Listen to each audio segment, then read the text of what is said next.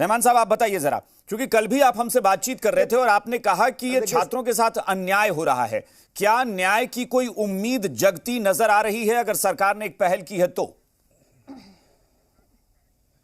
देखिए, मैं स्पष्ट रूप से बता दूं कि मुझे ना पक्ष पर और ना ही विपक्ष पर, मुझे बच्चों के पर पूर्ण विश्वास है। बच्चे जो कह रहे हैं कि यह उनके साथ धोखाधड़ी हुआ है तो हुआ है, स्पष्ट रूप से धोखाधड़ी हुआ है।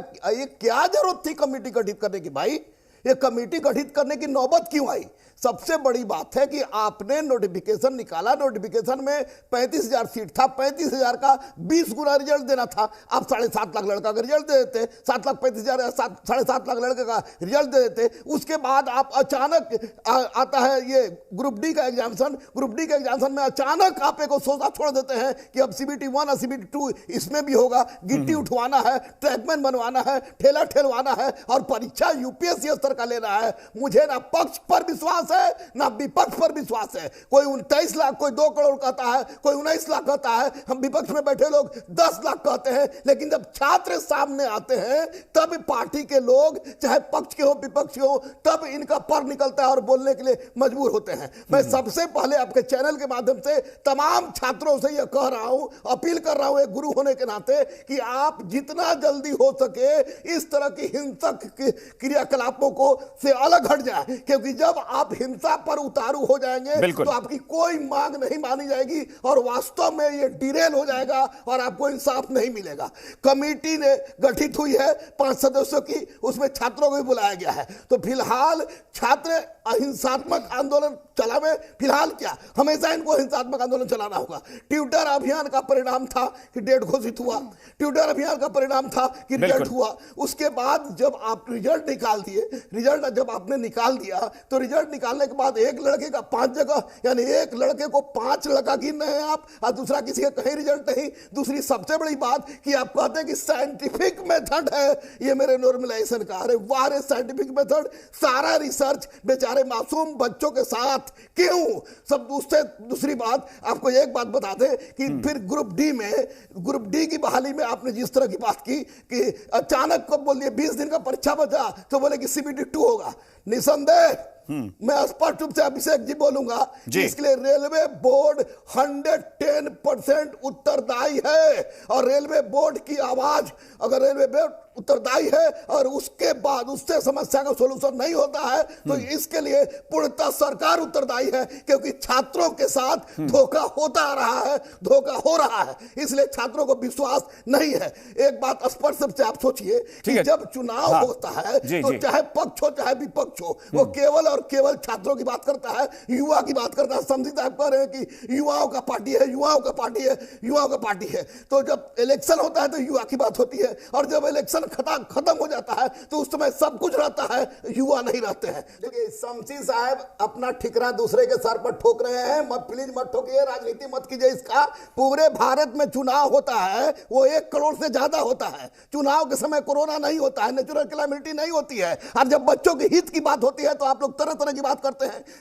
रेलवे प्रारंभ से ही सबसे बड़ा जॉब देने वाला हब रहा है, फैक्टर रहा है, लेकिन प्रारंभ से ना होकर ये 2014 से इधर गड़बड़ाया है। इसका कारण स्पष्ट है कि इस रेलवे के चुनाव, रेलवे के वैकेंसी को 2024 तक खींच कर ले जाना चाहते हैं आप, क्योंकि आपने कहा था कि हम 2 करोड़ वैकेंसी रिजल्ट दे, 2 करोड़ नौकरी देंगे। कहां गया आपका 2 करोड़ नौकरी? कहां गई आपकी 23 लाख की नौकरी? कहां विपक्ष आवाज उठा रहा है 10 लाख नौकरी के लिए? आप नेचुरल कैलामिटी और कोरोना का बहाना मत बनाइए, 1 करोड़ 15 लाख लोगों का बहाना मत बनाइए। चुनाव कराना होता है तो करोड़ों करोड़ लोग को आप चुनाव करवा लेते हैं और कहते हैं कि बहुत शांतिपूर्वक हो गया। ये किस कमेटी गठित करना किसी भी दृष्टिकोण से तत्काल प्रभाव में भले छात्रों के आक्रोश के आगे गठित हो गया हो, लेकिन कमेटी गठित करने की जरूरत क्यों पड़ी? इसलिए पड़ी कि रेलवे बोर्ड ने बच्चों के साथ रिसर्च किया, इन गरीब मासूम बच्चों के साथ, और उसी रिसर्च का परिणाम है कि बिल्कुल। शमसी साहब, आप ये जवाब दीजिए कि मन की बात तो प्रधानमंत्री करते आए हैं। कभी छात्र के नौकरी की बात हुई, कभी 2 करोड़ नौकरी की बात हुई, कभी उन्होंने कहा 2 करोड़ नौकरी की बात? अरे ये ट्विटर अभियान का परिणाम था कि इसका डेट घोषित हुआ। ये रेलवे के निजीकरण की ओर ले जाने का प्रयास भी हो सकता सकता है, इसको इनकार नहीं कर सकते हम, लेकिन स्पष्ट रूप से ये कमेटी गठित करने के पहले सरकार थोड़ा सा सोच लेता बोर्ड कि अगर हम सीट का 35,000 का 20 गुना रिजल्ट देंगे, जिससे 7,35,000 7,50,000 लड़के रिजल्ट में पास करेंगे, और ग्रुप डी के एग्जाम में यूपीएससी वाली क्वालिटी मेंटेन नहीं करेंगे, ग्रुप डी का एग्जाम पहले ही लेंगे, फिजिकल स्टैंडर्ड जो इसका बढ़ा दिया गया वो पहले ही लेंगे, तो उस समय आपकी सरकार कहां संवेदनशील थी? खाक संवेदनशीलता होती तो आज बच्चे बेचारे इस तरह भटकते नहीं। सबसे बड़ी बात बता दें कि आप बोलते हैं क्वेश्चन आउट नहीं हुआ, शर्म आनी चाहिए आपको। क्वेश्चन साला दरोगा क्वेश्चन वायरल होने की बात होती है, बीपीएससी क्वेश्चन वायरल होने की बात होती है, एसएससी के क्वेश्चन की वायरल होने की बात होती है, इंटर स्तरीय। नहीं शमशी साहब, इनका कहना है कि दर्जनों परीक्षाएं तो क्वेश्चन आउट होने के बाद होती हैं। मैं वही कह रहा हूं ना, तो फिर इसी पर आप उसी का मतलब इसमें से एक आपने पॉजिटिव पॉइंट पकड़ लिया कि क्वेश्चन आउट नहीं हुआ, लेकिन बाकी चीजें तो हो गई ना। मैं ये बता रहा हूं कि इन लोगों ने जो बात कही, जब छात्र के साथ इंसाफ करवाइए, छात्र के साथ इंसाफ, वो तो दुनिया में आप 10 कमियां निकाल दीजिए किसी भी चीज में, उसमें से आप एक पॉजिटिव पकड़ के बैठ जाएंगे कि नहीं हमने तो यही पकड़ लिया कि क्वेश्चन आउट नहीं हुआ, बाकी सब कर्म हो गया, क्वेश्चन आउट नहीं हुआ। जो